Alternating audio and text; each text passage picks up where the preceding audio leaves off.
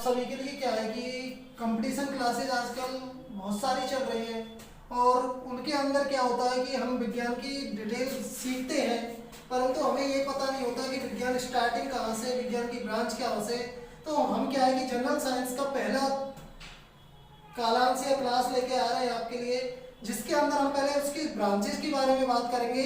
Suppose करें, हम मान लेते हैं कि हमारी जो इस विज्ञान है एक ट्री है। क्या माना है हमने?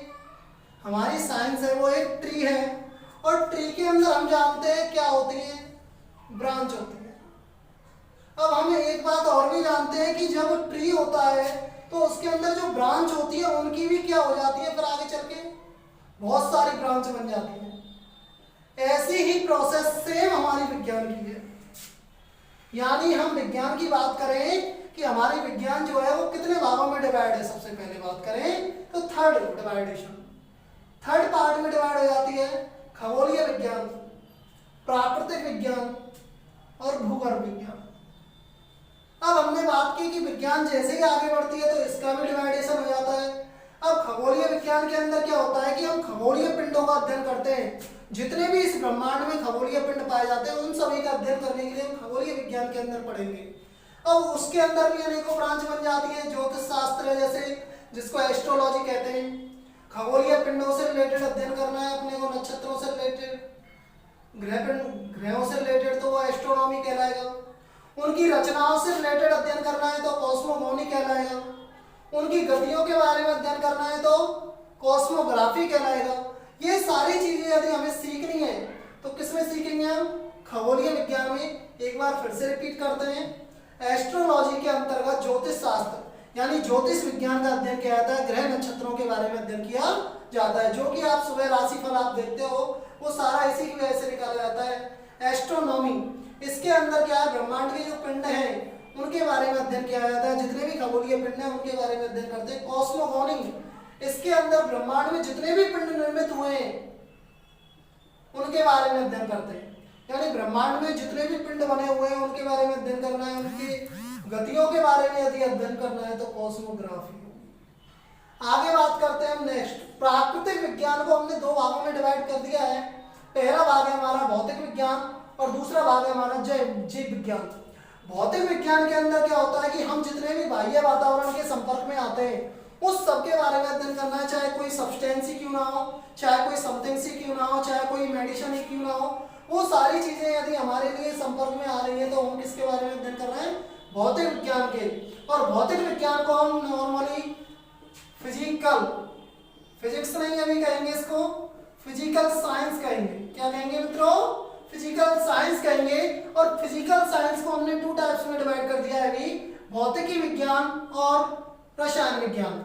अब भौतिकी विज्ञान जैसे ही आ गया तो इसका मतलब हो गया ये बन गई है फिजिक्स। क्या बन गई है? फिजिक्स। और इधर रसायन विज्ञान आ गया तो इसका नाम हो गया केमिस्ट्री। आपको समझ में आ रहा होगा मित्रों? देखिए यहाँ पे सबसे पहले हमने भौतिक विज्ञान के दो टुकड़े किए थे, दो शाखाएं बनाई थी, भौतिक विज्ञान, भौतिकी विज्ञान और रसायन विज्ञान। भौतिक विज्ञान जो थी वो तो थी फिजिकल साइंस, परंतु भौतिकी विज्ञान जो है वो है फिजिक्स और रसायन विज्ञान जो है वो है हमारी केमिस्ट्री। अब बात करते हैं कि भौतिकी विज्ञान के अंदर हम क्या क्या पढ़ते हैं।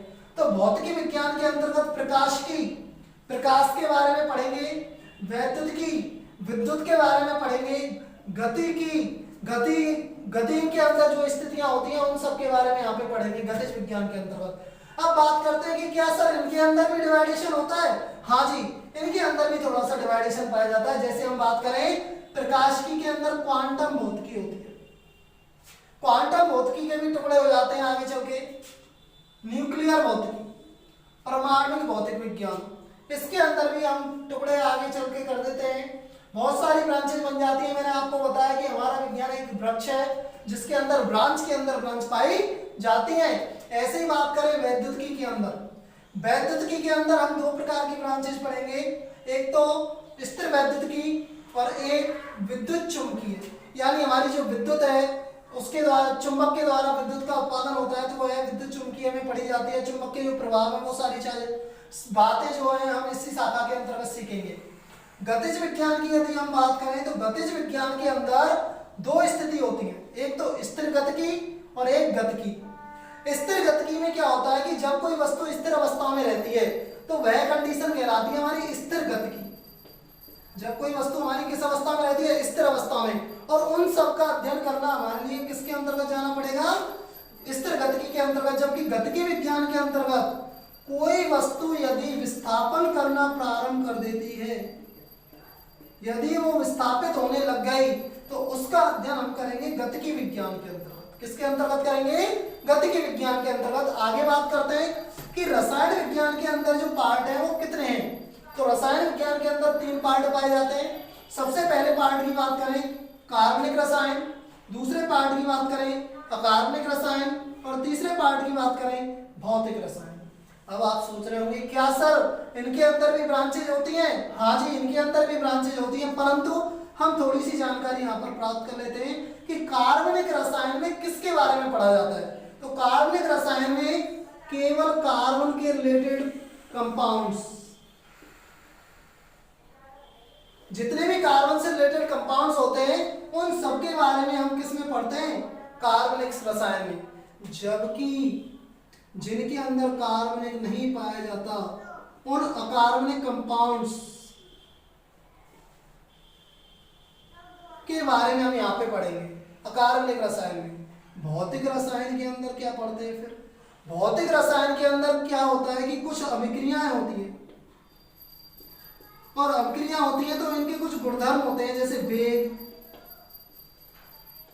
मॉलिक्यूलिटी अणु संख्यता, ऑर्डर ऑफ कोटि, ये सारी चीजें हमें इनके लिए आवश्यक उत्प्रेरक, सामान्य तापदाब, नियम कानून, रिएक्शंस को कराने की, ये सारी चीजें हमारे सेल, वैद्युत रसायन, ये सारी चीजें हम किस में पढ़ेंगे, भौतिक रसायन के अंदर। आगे बात करते हैं जीव विज्ञान के अंदर। तो जीव विज्ञान के अंदर जो कंडीशन है, बहुत सारी शाखाएं होती हैं जूलॉजी डिपार्टमेंट में। जूलॉजी डिपार्टमेंट के अंदर बहुत सारी ब्रांचेज होती हैं, परंतु मैंने कुछ के बारे में यहाँ पे चर्चा कर ली है।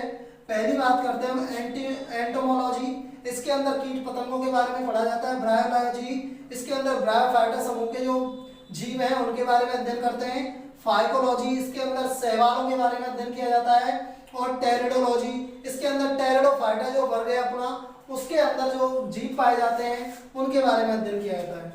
आगे बात करते हैं इसी प्रकार से हमारी बॉटनी। बॉटनी डिपार्टमेंट की भी यदि अपन बात करें, बॉटनी ब्रांच की भी बात करें, तो बॉटनी के अंदर भी बहुत सी ब्रांच होती हैं, परंतु उनमें से कुछ चुनिंदाओं को मैंने ले लिया है। जैसे अपन बात करें पोमोलॉजी, फलों का अध्ययन करने के लिए हम पोमोलॉजी का अध्ययन करते हैं। फूलों का अध्ययन करने के लिए फूलों का संवर्धन करना है, बढ़ाना है उन्हें, तो फ्लोरिकल्चर के अंदर पढ़ते हैं। और झाड़ियों के बारे में यदि अध्ययन करना है तो क्या कह रहेंगे, डेंड्रोलॉजी। मैं आपको जीव विज्ञान की पूरी शाखाएं नेक्स्ट क्लास के अंदर उपलब्ध कराऊंगा। जितने भी जीव विज्ञान के अंदर शाखाएं होती हैं हमारी, जैसे हम बात करें लिम्नोलॉजी, एपिग्राफी, बहुत सारी ब्रांचेज हैं, इनके बारे में हम नेक्स्ट क्लास में जानेंगे। आप सभी को यदि वीडियो पसंद आती है तो आप आगे की वीडियो भी देखना। आपको एक से एक बढ़िया ट्रिक और एक से एक बढ़िया तरीके से सारी चीजें कराई जाएंगी। सुपर साइंस क्लासेज में आपका हार्दिक अभिनंदन है, और कृपया करके आप हमारे चैनल को सब्सक्राइब, लाइक एवं शेयर करें।